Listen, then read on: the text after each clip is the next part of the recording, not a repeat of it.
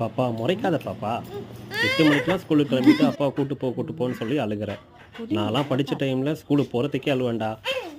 இவ்வளோ சீக்கிரம் கிளம்பிட்டு படுற பாடு இருக்கே, வெயிட் பண்ண இன்னும் டைம் ஆகலை, அப்பா கூட்டு போகிறேன், ஓகேவா? வண்டியில் ஏறுங்க போங்க.